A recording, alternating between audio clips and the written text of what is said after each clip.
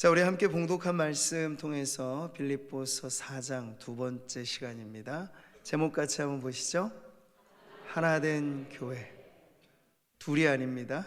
하나된 교회. 우리가 2024년 새해를 이제 지난 신년 주일, 이제 둘째 주일 이렇게 맞이하고 있습니다.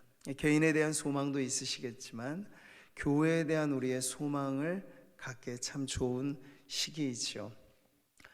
우린 지난 시간 빌립보서의 말씀을 통해서 참 굳세게 서는 교회에 대한 꿈을 갖습니다. 주 안에서 이 굳센 교회란 어떤 모습일까요? 세찬 바람에도 흔들리지 않고. 근데 그럴 수 있는 이유가 그리스도 예수 안에 뿌리를 깊이 내리고 있기 때문에, 그래서 환난과 어떤 역경 앞에서도 교회로서의 거룩한 책임을 질 수 있는 그런 교회로 한 해간 우리 상모교회가 든든히 서가게 되기를 소망합니다.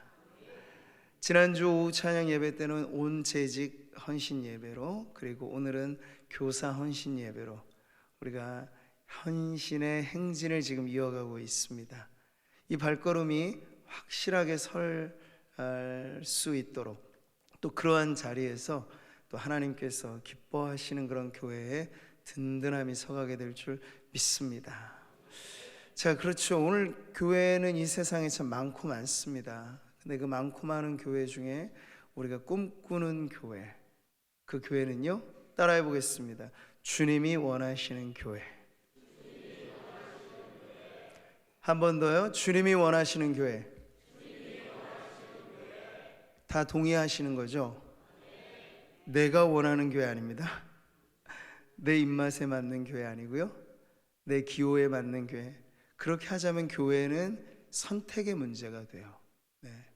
근데 우리가 나고 자라고 혹은 전도를 받아서 속하게 된 그 교회가 정말 문제없는 그러한 복음적인 교회라면, 교회는 내게 선택의 문제로 와닿는 것이 아니고 정말 주님이 원하시는 교회의 일원이 되어서 나도 주님 기뻐하시는 성도로 살겠습니다 하는 그런 고백이 있어야겠죠. 네, 오늘 주님이 기뻐하시는 교회, 그 한 모습을 우리가 또 보는 건데요, 그것이 바로 하나된 교회입니다. 어떻게 하면 주님이 기뻐하시는 그 하나된 교회로 나아갈 수 있을까 하는 것을 오늘 빌립보서의 말씀을 통해 살펴보도록 하겠습니다. 자, 빌립보서 4장은 사도 바울의 권면으로 계속 이어지고 있습니다. 오늘 권면의 내용에는요, 두 여인의 이름이 등장하죠. 한 사람의 이름은 유오디아, 또 한 사람의 이름은 순두계라는 두 여인의 이름 등장합니다. 이 여인들에 대한 부연 설명이 하나 나와요. 복음에 나와 함께 힘쓰던 저 여인들이라고 말이죠. 이 사도행전 16장에 보면 빌립보 교회가 개척될 당시의 상황이 나옵니다. 루디아의 그 가정을 중심으로 해서, 그리고 루디아뿐만 아니라 경건하게 기도했던 여인들의 무리가 있었다고 해요. 아마 유오디아도 순두계도 그 개척 초기 때부터 함께하였던 경건한 믿음의 여인들이었을 겁니다. 자, 그래서 이 이외에 자세한 정보는 없습니다만, 우리가 유오디아라고 하는 그 이름의 뜻이 참 좋은 길, 좋은 여정, 뭐 이런 뜻이거든요. 그리고 순두계 역시도 이름이 좋아요. 행복한 기회, 뭐 이런 뜻입니다. 자, 그런데 이 여인들의 이름이 오늘 본문에 나오면서부터는 그 이름하고는 사뭇 다른 그 문제점이 발견이 되는 거죠. 구체적인 문제의 원인을 알 수는 없습니다만, 어디서부터 잘못된 것인지 이제 유오디아는 좋은 길을 걸어가지 못하고 있고, 순두계는 그다지 행복한 교회 생활을 못하고 있는 그런 문제점이 발견되는 거예요. 어디서 그것을 알 수 있습니까? 2절을 보시면 나오죠. 내가 유오디아를 권하고 순두계를 권하노니 주 안에서 같은 마음을 품으라. 아멘. 이 두 분이 같은 마음을 잘 갖고 계시는데 구태여 또 이 권면을 연이어서 할까요? 아니죠. 여기에 문제점이 있는 거예요. 두 사람이 지금 같은 마음을 품지 못하고 있는 것이죠. 그러니까 문제의 핵심은 이 관계에서 벌어졌다 하는 걸 알 수 있어요. 그러니까 무엇 때문인지에 대해서 소상하게 밝히진 않지만, 그리고 그것이 또 그다지 중요하지도 않습니다. 왜냐하면 문제될 것은 많기 때문에. 관계가 좋으면 문제도 잘 해결할 수 있지만요, 관계가 나빠지면 작은 문제도 커지게 마련이죠. 그러니까 문제가 중요하기보다 더 중요한 건 관계인데, 이 두 사람의 관계가 지금 벌어져 버렸어요. 바로 불화라고 하는 문제가 생긴 것이죠. 자, 이 문제에 대한 사도 바울의 접근 방식을 이제 우리가 보는데요, 그는 권면을 하되 각각에게 권면을 하고 있습니다. 오늘날 우리의 익숙한 표현으로 유오디아, 순두계 이렇게 불러본다면 이런 것이에요. 유오디아 집사님, 저기 순두계 집사님이랑 화해하세요. 이러고 말았으면 문제가 누구한테 있는 거예요? 유오디아 집사님에게 있을 가능성이 많죠. 근데 바울은요, 혹여 그렇게 오해할까봐 똑같은 표현을, 순두계 집사님, 유오디아 집사님이랑 이제 그만 화해하시죠. 두 사람 사이에 각각의 책임질 만한 이 문제가 있다는 걸, 이 표현의 방식, 똑같은 것을 연거푸 권면을 하면서 바울은 아주 유순한 권면에서도 문제를 정확하게 짚어주고 있는 거예요. 여러분, 회전 로타리를 돌다 보면은 이게 아직은 우리나라가 좀 익숙한 교통 체제가 아니라서 여기서 자칫 잘못하면, 들어오는 순서가 잘못하면은 접촉 사고가 일어날 수가 있어요. 그럴 때 내가 옳다, 네가 그러다, 이게 하면 옥신각신 되죠. 그럴 땐 빨리 보험사 직원을 부르시면 돼요. 그럼 보험사 직원은 정확하게 해결합니다. 이것은 당신이 100% 잘못했어요. 그러면 합의가 안 돼요. 보니까 이것은 우리 고객님이 과실 6, 그리고 상대방이 4, 아니면 고객님이 4, 상대방이 6, 이렇게 서로의 과실 비율을 나누죠. 그럼 서로 간에 그 부분에 합의가 이루어지면 원만하게 해결이 되는 거예요. 근데 이런 것은 딱 잘라서 구분이 좀 되기 쉬운데, 우리가 교회 생활을 하면서 발생하는 문제에 누가 와서 어느 직원이 나오셔가지고 6대 4, 7대 3 이렇게 나눠주기가 쉽지 않고, 그렇게 나눈다고 동의가 되나요? 내가 왜 7이야? 막 이렇게 지금 따질 수도 있죠. 그래서 교회 안에서의 관계 문제가 합의점을 찾기가 참 어려운 경우들이 많아요. 그게 큰 문제 때문이 아니라 그 관계에 불화가 생겨나게 되면 그렇다는 거죠. 사실 교회 생활을 하면서 우리가 어려울 때는 힘든 일 때문은 아닌 것 같아요. 힘든 일은 지나면 정리가 돼요. 아무리 많은 일을 내가 맡아도 그 일 지나고 나면 지나가는 거예요. 근데 힘든 사람은, 그 사람이 떡 버티고 있으면 천국 가실 때까지 관계가 개선되지 않으면 힘들 가능성이 있는 거죠. 그러다 보니 우리는 이 힘든 사람의 문제로 인하여서 참 행복해야 할 우리 교회 생활이 그 행복을 맛보지 못하는 경우들이 생길 수 있습니다. 지금 유오디아와 순두계의 경우처럼. 근데 그 두 사람이 교회의 핵심 리더인데 만날 때마다 불꽃 튀는 신경전, 이런 게 벌어진다고 해보세요. 그러면 그 주변 사람들은 어떨까요? 그 불편이 이만저만 아니겠죠. 한 가정에서 엄마 아빠 사이가 나쁘면 자녀들이 고생하는 거예요. 고스란히 그 어려움은 자녀들한테 가죠. 교회의 핵심 리더들이 불화하게 된다라고 하면 그 주변의 성도들이 엄청난 피해를 겪게 되는 거죠. 그래서 바울은 이 문제를 가볍게 다루지 않고 있는 겁니다. 자, 견고히 서는 교회. 우리는 뭉치면 산다, 흩어지면 죽는다, 그보다 더 강력하게 사실 우리는 하나가 되어야 되는데, 굳세게 선 교회를 흔드는 문제는 결국 뭐예요? 이 불화라고 하는 문제에 있다는 것이죠. 이 떼제라고 하는 수도원이 있어요. 많은 젊은이들이 또 많은 각지에서 이렇게 찾아들면서 그 단순하면서도 뭔가 나름의 경건미를 좀 추구하면서 많이 몰려드는데, 거기서 줄곧 부르는 단순한 노래가 있어요. 그 노래가 무엇이냐면 사랑의 나눔 있는 곳에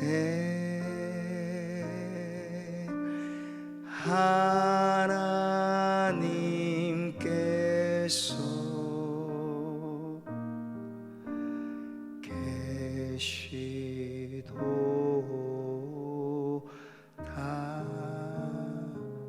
쉽죠? 우리 3부 때는 같이 한번 불러볼까요? 시작. 사랑의 나눔 있는 곳에 하나님께서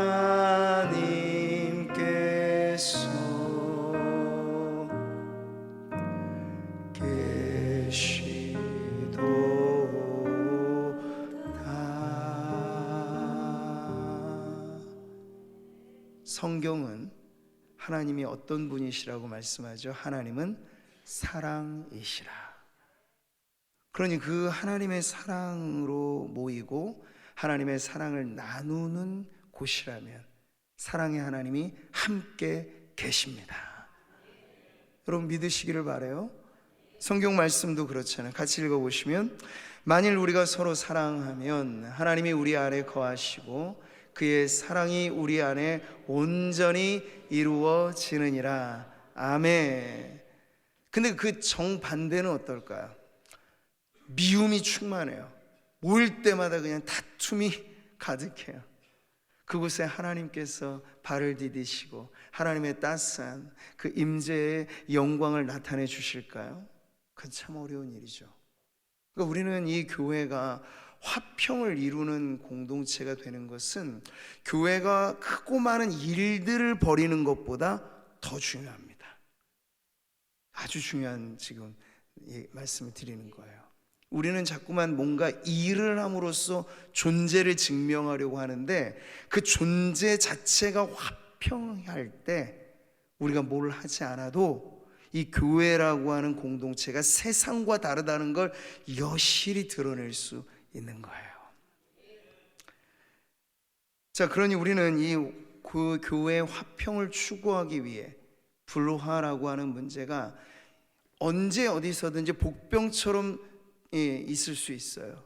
그리고 나는 제외다. 누구든지 유오디아의 입장, 누구든지 순두개의 입장에 있을 수 있어요. 제가 보니 그렇더군요. 각각은 너무나 다 좋으신데 이 좋은 두 분이 만났을 때 관계에 그만 파열음이 생기는 거예요. 둘 다 너무 똑똑하고 너무 주장도 분명한데 모이게 되면은 이게 깨져버리는 그런 경우들이 많아요. 그 한 사람 한 사람이 아예 고정적으로 나빠서가 아니라 교회라는 얼마든지 그런 문제들이 도사리고 있는 거죠. 자, 그럴 때 여러분, 아유 뭐 교회가 이래 하고 그냥 외면하고, 아니 나 뭐 그 싫은 사람 안 보면 그만이지. 3부에 그런 분이 있으면 나 2부 예배 드리면 그만이지. 그런다고 피해집니까? 이거는 회피적인 반응이라고 해요. 근데 회피적인 반응으로 근본 해결이 안 되죠. 그래서 조금 더 세게 결단하면 교회를 옮겨요. 누구 특정한 문제의 관계 때문에 이게 해결이 안 되면 교회를 옮겨요. 안 보면 그만이지, 이 사고방식이에요 계속. 근데 물론 그 사람은 뭐 같이 따라오지 않는 이상에 안 계시겠죠, 옮긴 교회에. 근데 얼굴만 싹 바뀐, 또다시 내 마음에 가시처럼 다가오는 누군가가 기다리고 있을 가능성이 있습니다. 네. 우리 청년들, 직장인들의 대부분 이직의 가장 중요한 사유는 관계거든요. 근데 그것을 지금 현장에서 해결 못하면 옮겨서 해결이 될까? 거기에 또 기다리는 누군가가 있을 가능성이 있다는 거죠. 그러니까 이걸 복음적으로 해결해 가는 방법을 배워야 되는데 오늘 성경이 그것을 가르쳐주고 있는 거죠. 자, 그 문제 해결책, 회피적인 반응, 그리고 떠나보내는 결정으로 해결할 수 없는 이 교회 내 관계 문제, 그러면 영적인 떠돌이 생활만 계속 이어질 뿐인데 그것을 막고 찾고 해결할 수 있는 방법을 오늘 바울은 2절에서 가르쳐주고 있습니다. 한 번 더 2절 읽어보시죠. 내가 유오디아를 권하고 순두개를 권하노니 주 안에서 같은 마음을 품으라. 아멘. 주 안에서 같은 마음을 품으라. 여기 밑줄을 쫙 그으시면 돼요.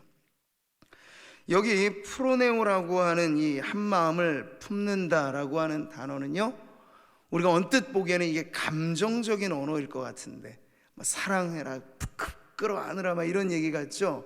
근데 그 원어가 가지고 있는 의미는 매우 지적인 의미예요. 생각하라, 관점을 가져라, 이런 의미예요.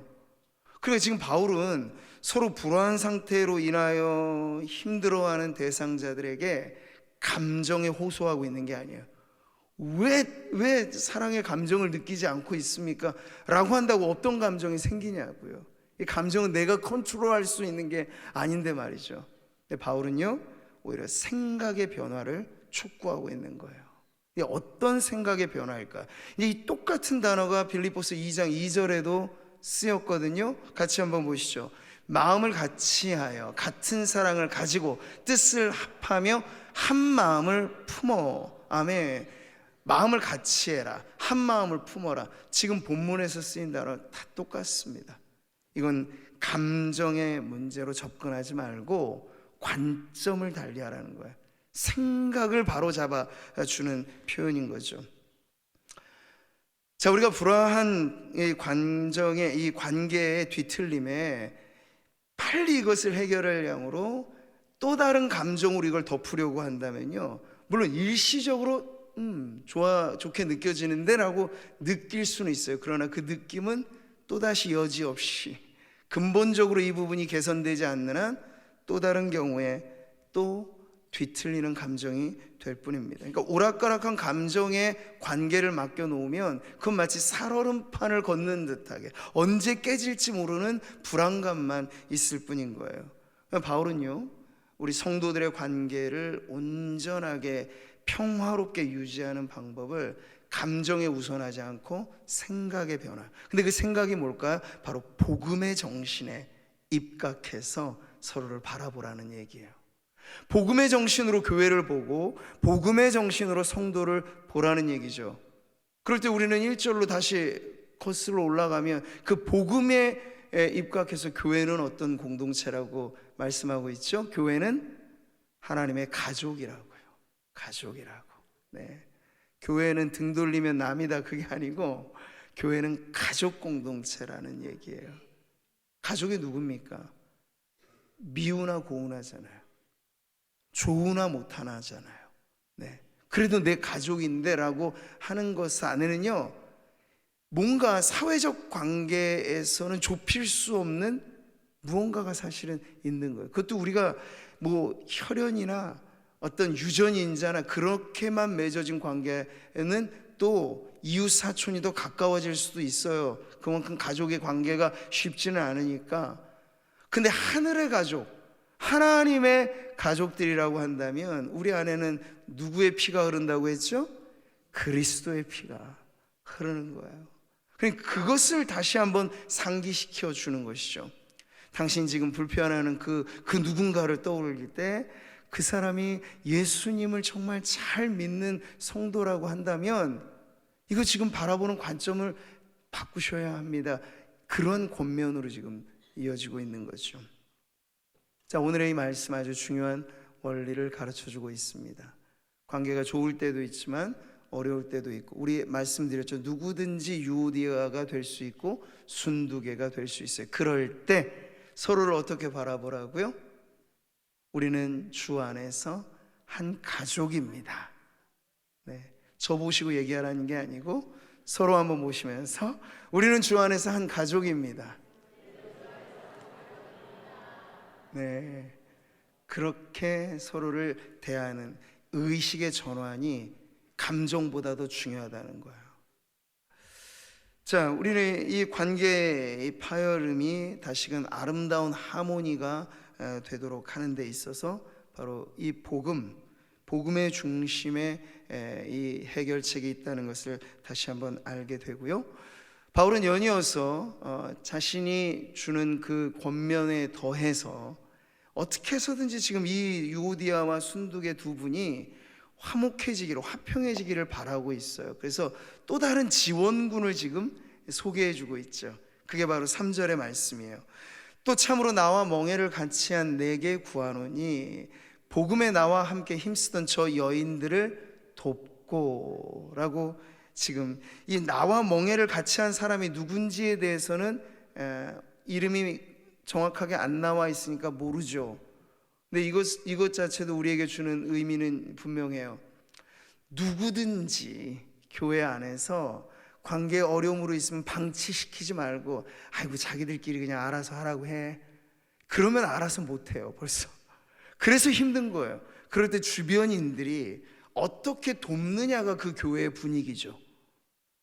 교회가 어려운 문제에 있고 힘든 성도들이 막 있는데 나 몰라라 하는 그런 분위기라, 그러면 그것은 가족 공동체 같은 교회일 수 없는 거예요. 그러니까 도와줘야 할 책임을 지금 누군가에게 나누고 있는 거죠. 아마 이름이 정확하게 나오지 않아도 그 역시도 교회를 섬기는 핵심의 리더였을 것입니다. 그래서 반복해서 요청하죠. 도우라, 도와주라. 이 도와준다는 여러분 표현의 의미를 잘 아셔야 돼요. 콕 집어서 답 얘기해 주라는 얘기 아니에요. 그럼 이게 또 다른 문제가 생기기 쉬워요. 유오디아 순두계 집사님 사이에 문제가 생겼는데, 제가 유오디아 집사님한테만 가가지고, 유오디아 집사님, 순두계 집사님 때문에 좀 힘들죠? 이해해 주세요. 그 주님이 사랑하라고 말씀하셨잖아요. 다 말마다 맞는 말이잖아요. 근데 그게 유오디아 집사님한테 위로가 안 될걸요? 네. 이 정답을 얘기해 주는 게 돕는 게 아니고, 애를 놓는 건 산모잖아요. 근데 그 옆에서 거들어주는 이가 산파죠. 옛날엔 그 산파가 잘 거들어주면 순산하게 매우 용이한 거예요. 그러니까 이 도와준다라고 하는 건 정답을 말해주는 게 아니라 그 사람 스스로가 해답을 찾을 수 있도록 옆에서 기도해주고, 그 관계로 어려워하는 사람의 마음이 얼마나 사막화됐겠어요. 그럴 때 정말 단비가 내려지듯이 옆에서 그 분위기를 잘 만들어주는, 이런 은근슬쩍 있는 듯 없는 듯 하는 그런 도움, 그러나 지속적으로 지원해주는 그 도움. 그러니까 사실 이 관계의 개선에 있어서는 이러한 기술이 아주 중요한 문제가 되죠. 안 그러면요, 괜히 누구한테 가가지고 감나라 뭐 배나라 이렇게 하면서 괜한 참견으로 느껴지면서 내가 도와주려다가 그 사람이랑 또 내가 갈라지기도 해요. 이 관계는 아주 예민하게 다루어야 될, 아주 조심스럽게 접근해야 될 부분인데요, 바울의 원리는 복음의 기초에서, 그리고 최대한 관용의 정신을 가지고 도와줄 것에 대해서 이야기를 해주고 있는 거죠. 쉽진 않습니다. 여러분, 뭐 사법적인 문제야 중재기관이 있고, 그래서 이 자기들끼리의 해결이 안 되면 부부지간에도 중재를 요청해서 이렇게 해결하려고도 하잖아요. 근데 교회가 무슨 어떤 사법적인 기관도 아닌데 중재해 줄 수 있는 법적 이 장치가 있지 않단 말이에요. 그렇기 때문에 교회는 교회 나름의 이 중재 방법이 필요한데, 그게 뭘까요? 피스메이킹이라는 게 바로 그거죠. 예수님께서 팔복에서도 참 복되다 귀하다 말씀하신 그 사역이 바로 중재하는 사람의 역할이에요. 화평하게 하는 자는 복이 있나니 그들이 하나님의 아들이라 일컬음을 받을 것이며. 아멘. 참 귀한 복의 통로는 교회 안에 지금 나와 멍에를 같이 한 자, 그 사람의 역할인 거예요. 그 교회 주변에 이 두 분의 갈등을 그냥 수수방관만 하지 말고 정말 산파의 역할로서 그들이 스스로 답을 찾을 수 있도록 환경과 그 여러 가지 많은 지원들을 지혜롭게 잘 해나갈 때, 그것이 바로 예수님이 복되다 말씀하신 피스메이커, 화평하게 하는 자가 되는 것이죠. 여러분, 이것이 바로 예수님께서 이 땅에 오셔서 하신 매우 중요한 사역이었습니다. 죄가 있는 곳에 불화가 있죠. 근본적인 문제는 사실 죄 문제인데 이게 우리 스스로 해결이 어렵잖아요. 그래서 예수님께서 오셨고, 예수님께서 십자가 지신 바로 그 죄 문제에 대한 해결이거든요. 성경은 이 사역을 이렇게 말씀하고 있죠. 같이 읽습니다.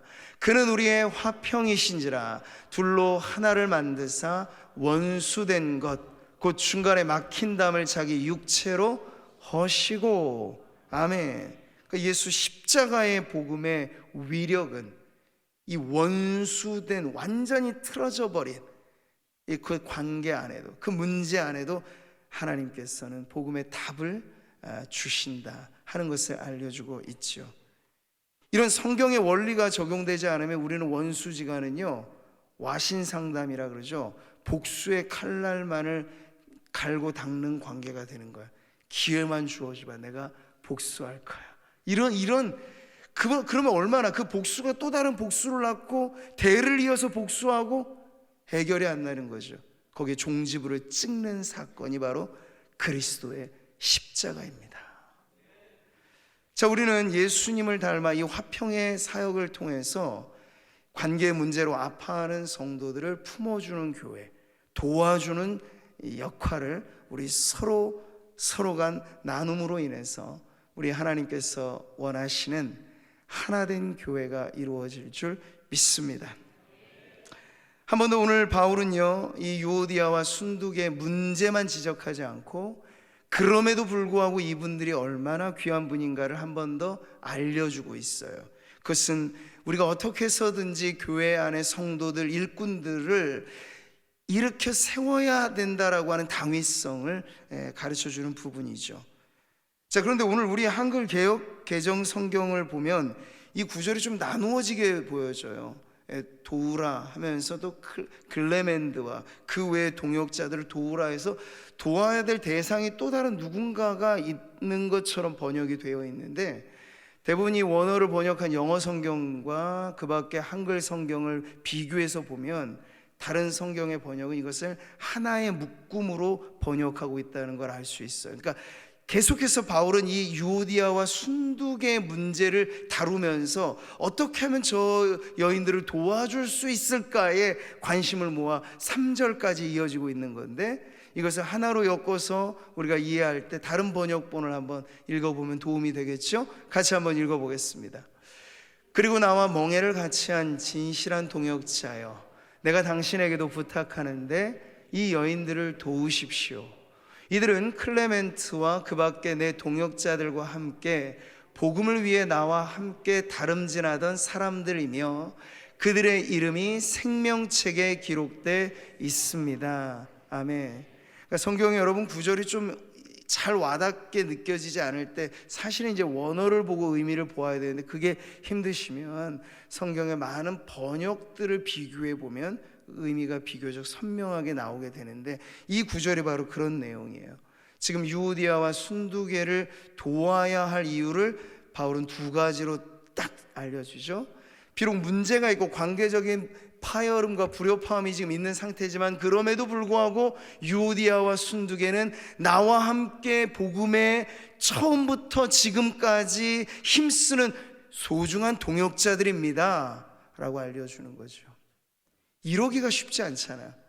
눈밖에 난 사람을 우리는 탁 찍어서 아예 내치는 게 대부분의 관례거든요. 근데 교회는 그래서는 안 되겠죠. 좀 뭔가 문제가 있어도 우리는 그 문제와 그 사람을 구분해낼 줄 알아야 돼요. 이게 제가 이전에 부교육자로 있을 때 피스메이커 사역이라고 하는 것을 아주 중요한 사역으로 했던 교회에서 배운 원리예요. 제일 중요한 건 문제와 그 사람을 동일시하기보다는 그 사람의 문제와 그 사람의 인격을 구분해냄으로써 이 사람이 이런 문제를 일으킬 수 있는 그 상황의 문제들을 이해하려고 하고 어떻게 하면 그 사람의 신앙을 회복하면서 문제를 해결할까 쪽으로 가게 되는 그런 훈련의 방식이죠. 지금 바울이 그렇게 하고 있는 거예요. 그럼에도 불구하고 이들은 나의 아주 귀한 동역자다라고 인정해주고, 그리고 더 확실한 내용을 뭐라고 말하죠? 그들의 이름이 생명책에 기록되어 있다고. 이건 매우 은유적인 표현일 수 있겠습니다. 직접적으로 말하자면 이들은 여전히 구원받은 하나님의 자녀임에 틀림없습니다. 이 얘기를 하는 거예요. 그러니까 여러분, 교회가 분열이 일어난다 혹은 갈라짐이 있다, 다 단 하나의 이유는 가능해요. 그건 진리의 문제. 교회 안에 이단이 섞여 들어오면은 그거는 갈라내는 방법밖에는 사실 회개하고 돌아오면 모르겠지만 다른 방법은 없어요. 그래서 교회가 마지막까지 카드를 아끼다가 쓰는 카드가 징계고, 그 징계도 말을 듣자면 수찬 정지를 시키는 거예요. 이건 아주 무서운 사실은 처벌이죠. 한 피바다 한 몸 이룬 형제여 자매임을 경험하는 게 성찬의 자리거든요. 근데 당신은 더 이상 우리 공동체에서 성찬에 참여할 자격이 없습니다 라는 이 징계는 가장 교회로서는 최고 수위의 징계라고도 할 수 있겠어요. 근데 지금 그러한 문제 사안이 아닌 이상에는 우리는 그 구원받은 하나님의 자녀를 소중히 여겨주고 어떻게 해서든지 다시 개선되고 다시 회복되는 관계로 이끌어야 된다라고 하는 것이 바울이 교회 안에 하나됨을 이루어가는 매우 중요한 원리로 가르쳐주고 있는 것이죠. 자, 여기서 우리가 한 가지 분명히 배워야 할 것이 있습니다. 쉽지는 않습니다만 우리는 그 사람이 나와의 관계 속에서 뭔가 문제를 일으킬 수 있죠. 그러나 그 사람이 한두 가지 문제를 일으켰다고 아예 낙인을 찍어서 아유 저 문제투성이 라고 하지 않아야 돼요. 하나님이 그렇게 말씀하시려면 혹 모를까? 그게 아니라면 우리는 나와의 관계에서 이 문제가 있어서 지금 참 불편하고 어렵다라는 것까지는 부정할 수는 없죠. 그러나 그 사람이 어디 가도 다 이 사람은 낙인 찍힌 문제투성이야 라고 해버리면요 접근 금지가 되는 거예요. 그 순간. 그러면 개선의 여지는 없어지는 거죠.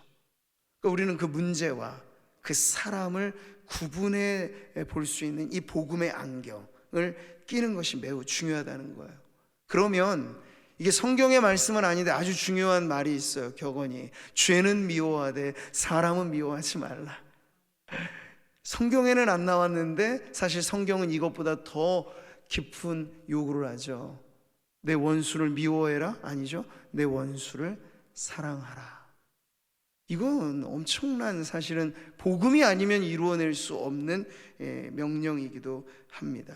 자, 그러니 오늘 이 말씀 앞에 서서 오늘 성도님들 과거나 현재나 그리고 앞으로도 우리가 유오디아와 순두개 같은 문제를 겪지 말라는 법은 없으니까 예방적인 차원에서도 오늘 이 말씀은 우리 모두에게 중요한데, 누군가 불편한 관계로 인하여 교회 생활이 참 불행하게 느껴지는 분들이 혹 계시다면, 가시나무에 찔리듯이 따끔따끔 다가갈수록 아픈 관계로 어려워하는 성도들이 있다면 오늘 이 말씀에 귀 기울여서 그를 바라본 우리의 관점을 복음으로 전향해서 바라보시기를 바랍니다.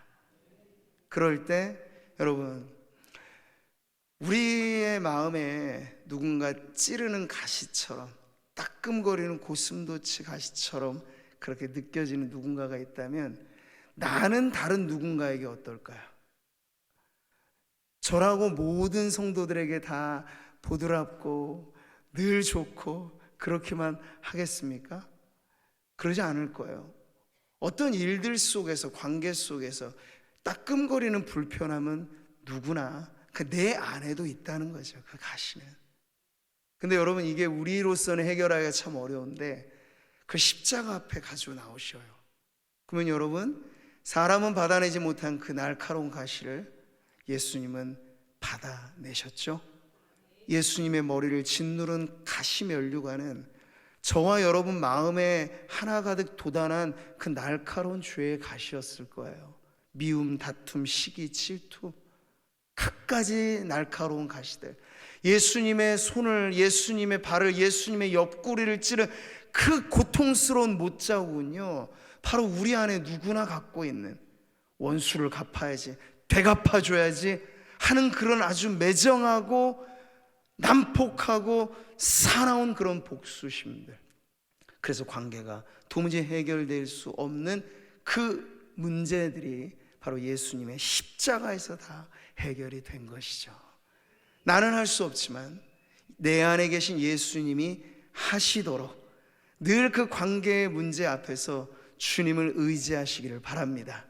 네, 그럴 때 여러분 십자가의 그 능력이 깨어지고 아픈 관계를 다시 회복시키는 하나님의 치료책이 되고 아주 은혜로운 해결의 열쇠가 될 것입니다.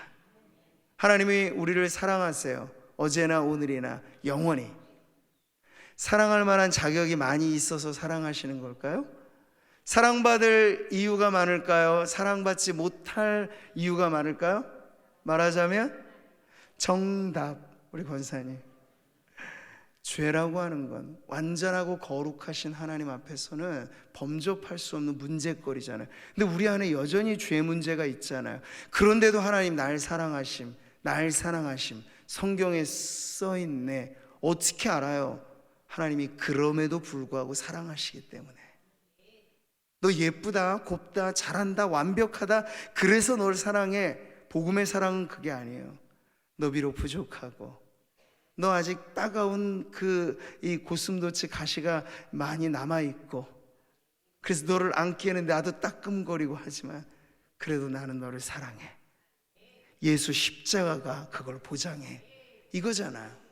그럼 우리 그 옆에 있는 성도님들 누구라도 어려움의 관계 속에 있는 그분들을 대할 때 주님의 사랑으로 그렇게 고백하시면 좋겠죠.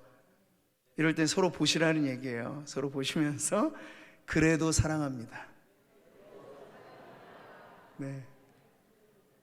권사님, 집사님, 그래도 사랑합니다. 우리 권사님들 서로. 네. 혹시 뭐 그러면 옆에 있는 분이 정말 문제가 많은데 그래도 그렇게 지적하라는 얘기가 아니고 언제나 우리의 마음의 연습을 하시라는 거예요.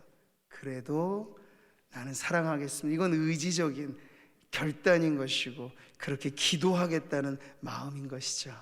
이럴 때 바로 하나님이 우리를 하나로 만드시는 참 아름다운 교회 이루어가게 될 줄 믿습니다.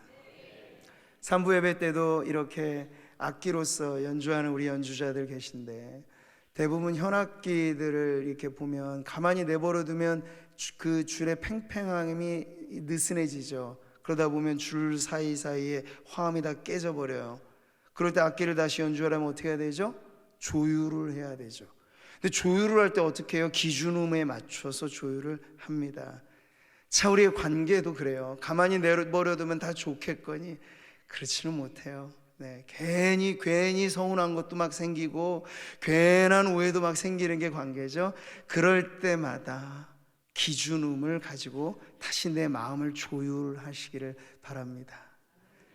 성도들은요, 우리 성령께서 지휘하시는 오케스트라, 천국 오케스트라의 단원들이라고 생각하시면 돼요.